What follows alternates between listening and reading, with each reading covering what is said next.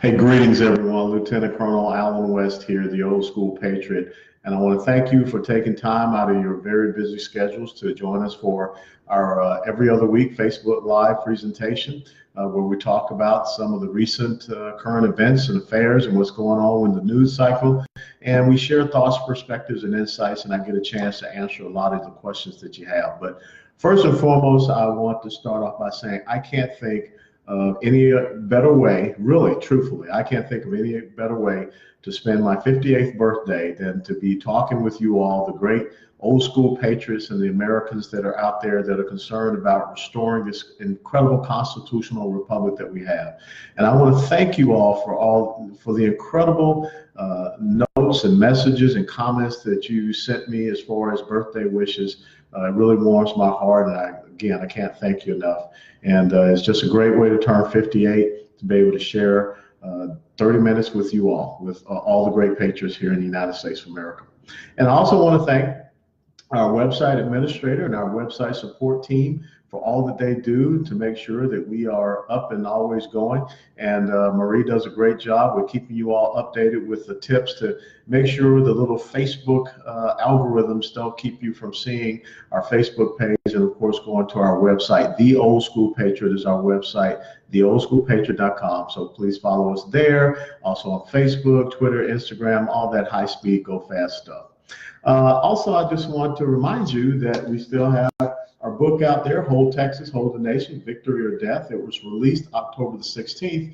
And as a matter of fact, I just spent a good part of my morning today personally signing about 200 of those books at Brown Books Publishing Group here in Dallas, Texas. And a shout out to all the people at Brown Books Publishing Group, led by an incredible woman, Millie Brown, and also the chief operations officer there, and that's Thomas Real. So you can go, and there'll be a link to order a personally autographed book from me, Hold Texas, Hold the Nation, Victory or Death. This is not just something that occurred last year, not just for one single election cycle.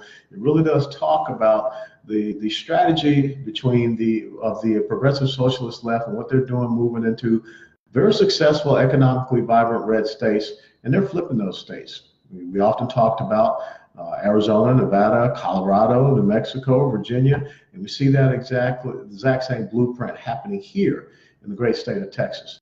And if we don't hold Texas, we don't hold this nation. So let's talk a little bit about what we saw this Tuesday night. And again, always, I like to share thoughts, perspectives, and insights for like the first 15 minutes, and then I'll turn it over and read your comments there off the scroll. And yes, I'm wearing my Tennessee orange sweater vest. Don't give me any problems about wearing a sweater vest, because I like my orange sweater vest.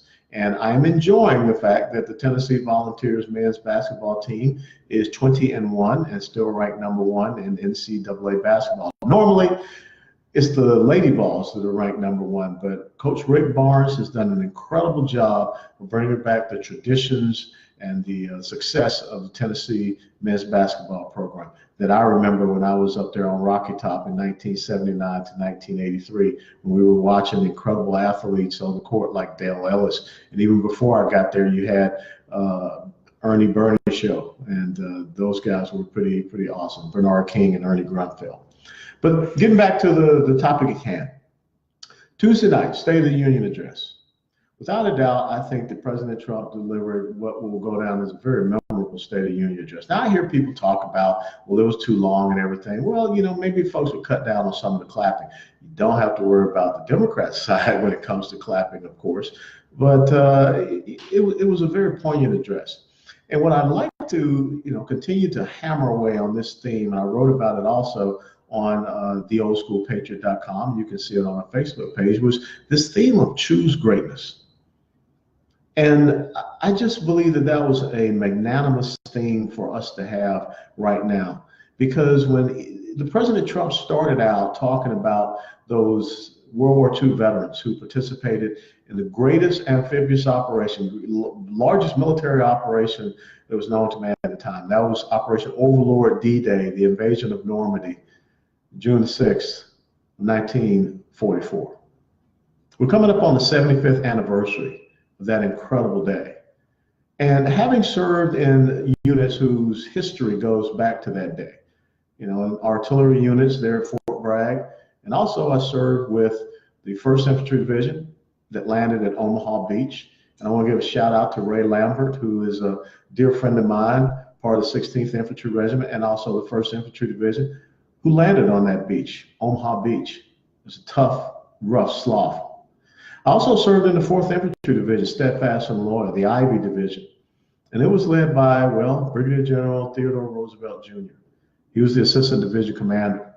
And his famous line after finding out that they were actually dropped off at the wrong beach point, he said, "This is where we start the war." And he led the 4th Infantry Division inland. Sadly, just a few days later, Brigadier General Theodore Roosevelt Jr. died of a heart attack. But those are the great stories, and those things come to mind when we talk about choosing greatness.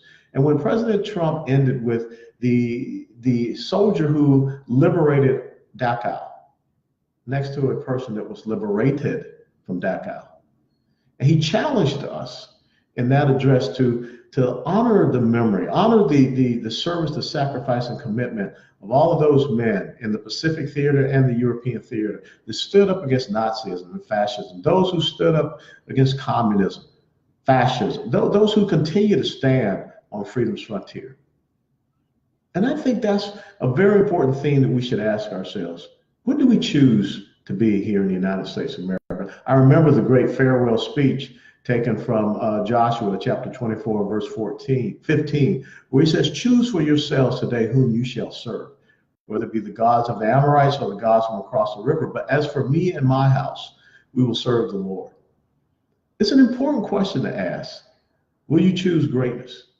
And then how do you define that greatness? Well, you understand, you look at our economy and how it's doing, when you look at the restoration of our standing in the world, the fact that we're not sitting back and allowing China to just roll over us anymore, we're pushing back. The fact that we have taken a vicious, vile, barbaric Islamic jihadist group by the name of ISIS, and we've reduced their territorial integrity down to almost zero. The fight's not over. There's still ISIS fighters there. Some people will tell you anywhere from 15 to 20,000. So we've got to crush that spirit, crush that will so that they cannot regenerate, which is a mistake that we did back when we left Iraq presumptuously and ISIS was created. But when you think about choosing greatness, you always have to ask yourself, you know, that law of physics, for every action there's an equal and opposite reaction. If we don't choose greatness, then what do we choose? I think President Trump laid that out very well. And when President Trump stood there and talked about Venezuela, and I think that's an important thing, that was one of those smackdown moments of the State of the Union address. Because as he articulated, 20 years ago, Venezuela was one of the most prosperous nations in South America, Latin America. Venezuela has larger oil reserves than Saudi Arabia. But 20 years ago, someone came to power in that country by the name of Hugo Chavez. Hugo Chavez brought socialism to the most prosperous country. The most prosperous country in Latin America. He talked about free stuff. He talked about wealth redistribution. He talked about nationalizing economic production, namely for Venezuela's the oil and gas industry. He brought that under government control. Hugo Chavez turned that country over to another socialist dictator, a former bus driver by the name of Nicolas Maduro. And now look at what is happening in Venezuela. It is very interesting, ladies and gentlemen, that you don't see too many of those very popular movie stars running down to Venezuela like they did when Hugo Chavez first came to power. I haven't seen Sean Penn go down there, Oliver Stone, Harry Belafonte, Danny Glover. I haven't seen any of those Hollywood elites talking about how great it is to live in Venezuela and how just awesome Hugo Chavez was. Why? Because this is how socialism always ends up. It ends up with the fact that we have people on average losing 20 pounds, people eating their pets, people going to the zoo to kill the zoo animals for food, spotty electricity, no running water. The most prosperous nation in Latin America. The people are killing zoo animals to eat. But if you have noticed some of the recent pictures of Nicolas Maduro and those generals, they seem pretty well to do. As a matter of fact, it is the Venezuelan military that's blocking food aid to come in for the Venezuelan people. That's socialism, ladies and gentlemen. And so when President Trump, who's talked about, and his theme was choose greatness, he said, choose greatness over grievance, choose results over resistance. Some pretty clear choices that we can make. Because if we don't choose greatness, then what do we choose? We choose failure.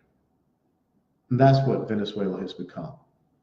It's not over. The lights are not out because you see the people taken to the streets because they remember what it was like to be free. They remember what it was like to have liberty. Not having the new version of brown shirts going into their neighborhoods and killing teenagers, young men, young women, anybody that would have the audacity to stand up to them. And how interesting it is that you have the military and the loyal police SWAT teams going into these neighborhoods and gunning down innocent people. Because one of the first things that Hugo Chavez did was he outlawed private gun ownership. Now, how interesting it is that we hear from one political party, from one ideology here in the United States of America about stripping us of our Second Amendment rights, about redistributing wealth. I mean, what's wrong with a 70% tax on the wealthiest or the 90% tax? As Mayor Bill de Blasio, an avowed socialist, said, there's a lot of money up here in New York City, but it's in the wrong hands. See, that is what Frederick Bastiat wrote about in his essay back in the mid-1800s, The Law. That's legal plunder. That's what socialism does. And so there we had it, President Trump making that definitive statement, America will never be a socialist nation, a socialist country. And what did the women in white, what did the entire group of people on the other side of the aisle do? What did the Speaker of the House herself do? They sat.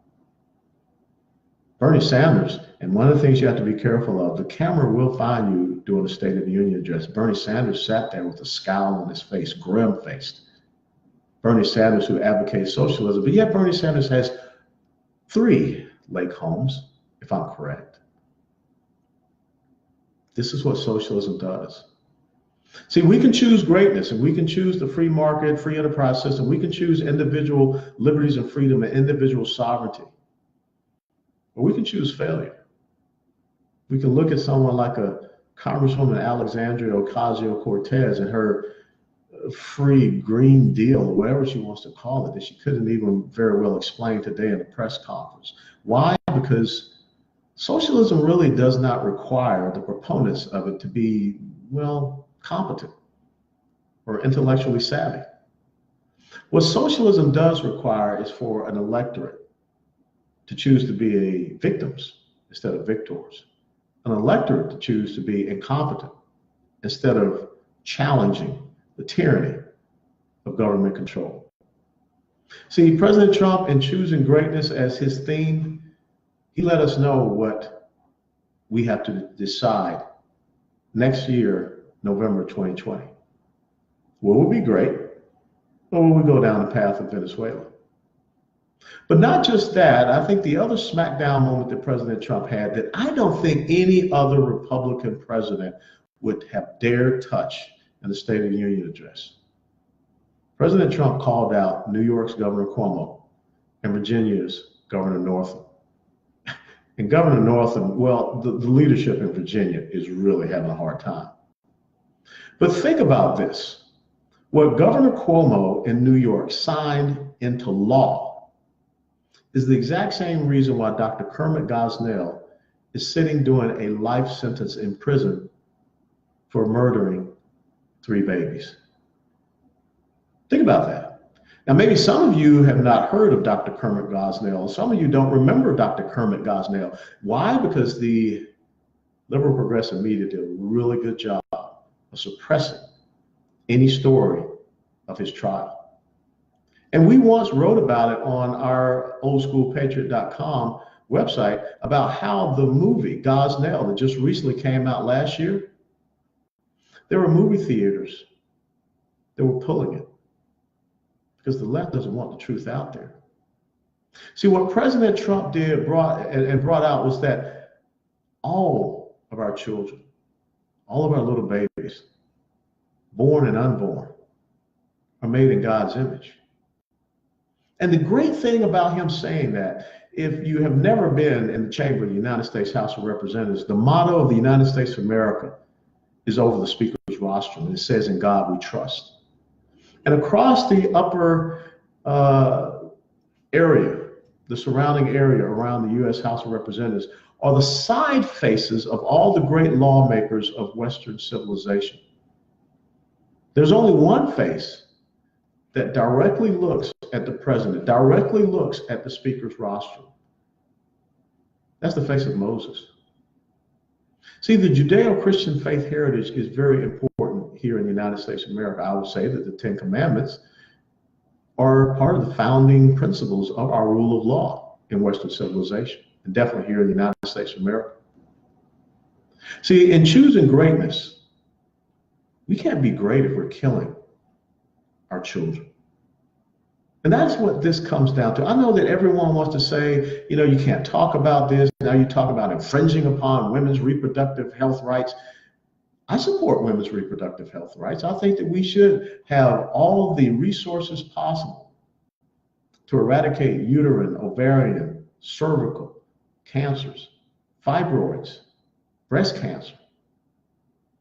But what we're talking about now, what Governor Cuomo signed into law, what Governor Northam talked about, the baby should be born and we'll leave it out and make sure it's comfortable while we make a decision.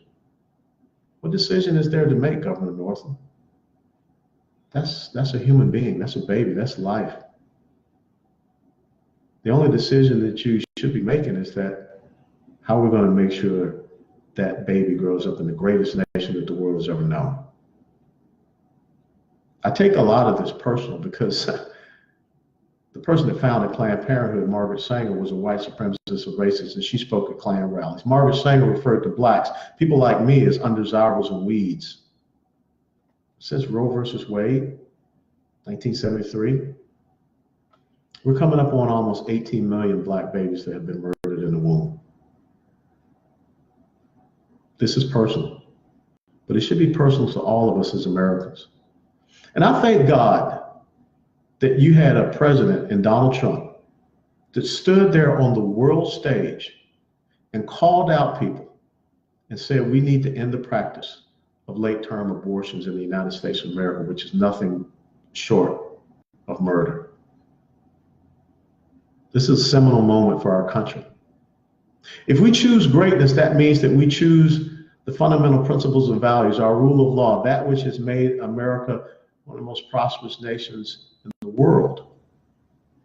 If we choose greatness, that means that we choose life. We don't murder our children in the womb or out of the womb. And understand, they're murdering kids in Venezuela. So, as we go forward to November 2020, when you come upon someone that says they're a progressive socialist, someone that says they're on the left, just ask them very simple. Do you choose greatness or do you choose failure? Now, what are your questions? All right. Kirk Knowles, babies, the innocent who feel and need our voice. Absolutely, they do need a voice. Missy A. Mitchell died. Dean Cain made the movie Gosnell. Yes, and I tell you what, in January, just last month, Dean Cain was sworn in as a new member of the NRA Board of Directors, and I got a great chance to meet him. And old Superman gave me a big hug. I didn't realize that Superman knew who I was, but I kind of grew up watching the adventures of Superman. He and I just forgot the actress's name. Someone will have to tell me. But I really enjoyed Dean Cain as Superman. But what a great guy. And that's a great movie. And as a matter of fact, I think the movie, Terry something, that was her name. But I think the movie just came out on DVD, Gosnell. So please go out and get it because it's not going to go back into movie theaters. They tried to shut it down. Amria McGilvray, yes, thank you. Ron Andriano, I will vote unless Allen West runs, and I will vote less. Well, we got a president right now. Let's make sure he gets that second term. Cheryl Christine Waddell, having reproductive health rights comes with personal accountability. I agree. And if you notice, there's one thing that the progressive socialist left has to do. They have to remove individual responsibility and accountability in order to make you into a victim that needs them and their ideological agenda. Again, look at what happened in the Black community when all of a sudden Lyndon Baines Johnson and his Great Society War on Poverty nonsense started saying that the government will give checks to women who have children out of wedlock. Just one little caveat, they couldn't have a man in the home. How well has that worked out? Again, the individual responsibility of men being stand-up men, being fathers, being dads, government stripped it away, Johnson stripped it away. And look at the, I would say, intended consequences of that. Renee M. Nickel, West for 2020. Renee, you already got somebody there. And Renee Nickel has a great book coming out. It's a tribute to her brother who was killed in Afghanistan. He was the commanding officer of the United States Marine Corps 4th Air Naval Gunfire Liaison Company. And the great thing about 4th Anglo, it was in the congressional district that I was honored to represent there in West Palm Beach. So Renee M. Nickel, Nickell, look her up. She got a great book coming out, and I think it's very important because even those siblings of those who have made that ultimate sacrifice, they suffer as well. And Renee's book is all about that. Let's see. Linda Ravenna Shahan, God's word gives us a mandate to choose like anything short of that is. Yes, you're right, Linda. That's in Deuteronomy. And it's very interesting how some people have a different view of that. Also in Psalm 121, verses 3-5, it talks about how children are a blessing from the Lord, and they're the fruit of the womb is his reward. So again, if you're a part of the Judeo-Christian faith heritage, if this is what you believe, then it's a pretty simple choice. Okay, Sarah Raquel is on Amazon. Okay, I guess, Sarah, you're talking about the movie God's Nail. Lisa Dawn Bill, you are always on point except for that shirt, War Eagle. All right, Lisa, we got it. You're War Damn Eagle, Auburn Tigers, Plainsman, whatever y'all are today. But I'm still a proud Tennessee volunteer. And you know what? It's a great thing being a Tennessee volunteer in Texas because that's where we earned our nickname. Coming here to this state, before it was a state, to fight for freedom, to fight for liberty. And there is a fight going on today. That's why I wrote this book, Hold Texas, Hold the Nation, Victory or Death.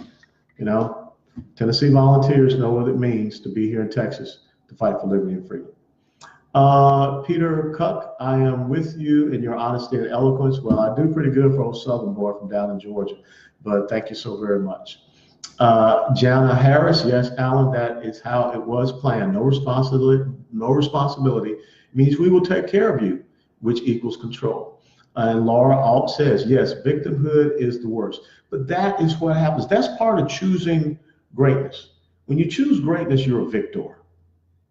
When you choose failure, you're a victim. And the people down in Venezuela don't want to be victims anymore. That's why they're taken to the streets. That's why they're rising up. And that's why President Trump's declaration that America will never be a socialist nation was so important. I mean, we have a clear choice that we can make. And the fact that when he made that declaration, the Speaker of the House, the People's House, the United States House of Representatives, did not support that, didn't stand up, didn't clap, nothing. And her women in white didn't either. So what does that tell you about the other side?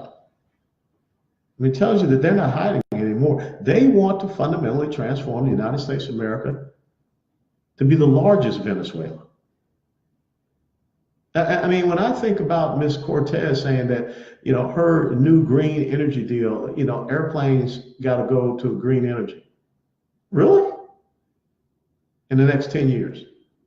Or else she says in 12 years, the world is going to end. Now, I didn't know that Nostradamus was wearing a white dress at the State of the Union address, but it appears so. So that's how, the fear-mongering left does it. If you don't comply We will mandate this thing. We will force you to do it. And we will penalize and punish you for doing it. You know something, Representative Ocasio-Cortez? I like getting on my Victory cross country 8-ball motorcycle and riding down into Texas Hill Country and finding a little back place barbecue. I can't put a wind sail on my motorcycle. I can't put a solar panel on my motorcycle. And until you start putting electric plug-in stations all along Route 666 and all the nice back road places where people like me like to ride on motorcycles, forget about it. I'm going to keep pumping fossil fuel into my motorcycle. And I kind of like my Jeep Wrangler Rubicon. And I'm not putting solar panels on it. It wouldn't look good. Robert Lowry, we need more Americans such as yourself in elected positions. Well, we'll see. We'll get there. Francis Diane, I lived in Knoxville for 17 years. My daughter goes to UT. And remember, when Francis says UT, that's the University of Tennessee, the original, 1794, Big Orange, Rocky Top, go Vols. #1, men's basketball, only happened one other time, 2008. We're going to enjoy it. All right. Patricia Alanese, Texas here. All right, welcome to the fight, Texas. Katrina McElroy, Brian, I'll pull for Tennessee, but not when they play Roll Tide. Okay. No matter where you go, no matter what you say, someone's going to pop up and say Roll Tide. And from what I understand, National Signing Day, the Alabama Crimson Tide had a pretty good day, #1 recruiting class going into next year. Michael Sullivan, Cortez is dangerous. Alexandria Ocasio-Cortez is only dangerous if she gets power and control. See, I'm one of the people that I'm happy that she's there. I'm happy that they're allowing her to have a platform. I want her to continue to do press conferences and do her own thing and come up with all of these ideas like a new Green Deal that she can't explain how you pay for, other than just raising taxes on people that are successful, which if she has ever read the book Atlas Shrugged, she will understand that when you suppress producers stop producing. In that book, they went off to a place called Galt's Gulch. Where will we go if America becomes a socialist nation? Where will all the freedom-loving people in the world go if America succumbs to the ideals of an Alexandria Ocasio-Cortez? So again, I want her to keep speaking because I want there to be a face out there. I want people to see it. I want to challenge people to think. I want to define what choose greatness really means. Because when you look at her, that ain't greatness. Greg Capps, good evening, Colonel West. Good evening to you, Greg. Mark Spear, can't fly also. Chris Neck, we will not be satisfied until we, the people, see your name on the ballot for President of the United States of America. We will choose greatness. Well, you know what, Chris, you might want to send a little Facebook message over to Angela West to make sure that she's on board with that, okay? Because that whole first lady thing, that's a pretty big deal, okay? Cheryl Adams, barbecue, absolutely, love barbecue. Nadia Nachama, now Nadia, she says that I love yellow on you. Nadia, this ain't yellow, this is Tennessee orange, okay? And the reason why it's orange because of the lilies that grow on the hill there on our campus, but this ain't yellow. But a lot of people are going to be making fun of me now because you said it was yellow. Okay.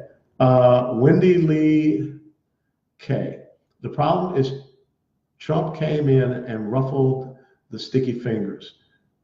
Oh, we sat next to you at PA Barbecue. Love your Harley. Okay, Wendy, I don't have a Harley. I have a cross country, Victory cross country 8-ball. But I love eating barbecue. And like I said, I love going around to backwood places and finding those nice little, I call them little hole in the wall places. That's where you find the best barbecue. If you're not serving barbecue on just, like a piece of paper, I don't need a plate.